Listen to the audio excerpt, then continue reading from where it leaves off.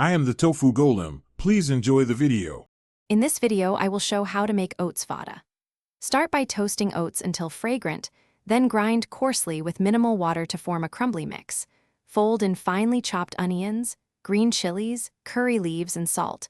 Bind lightly with mashed potato, shape into rounds, and fry in medium-hot oil until golden and crisp, draining on paper. Serve hot with chutney for a tasty, healthy snack.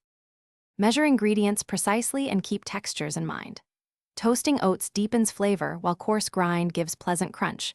Finely chop aromatics to release fragrance. Use potato or a small amount of gram flour to improve binding without heaviness. Adjust salt and chili to taste. Chill the mix briefly if it feels too loose. Shape gently to avoid dense vadas, and fry in steady medium heat for even browning and a crisp exterior. Work methodically.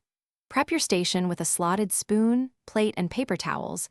Keep oil at a consistent medium heat so vadas cook through without burning. Maintain batch sizes that allow space between pieces. Flip gently to brown evenly.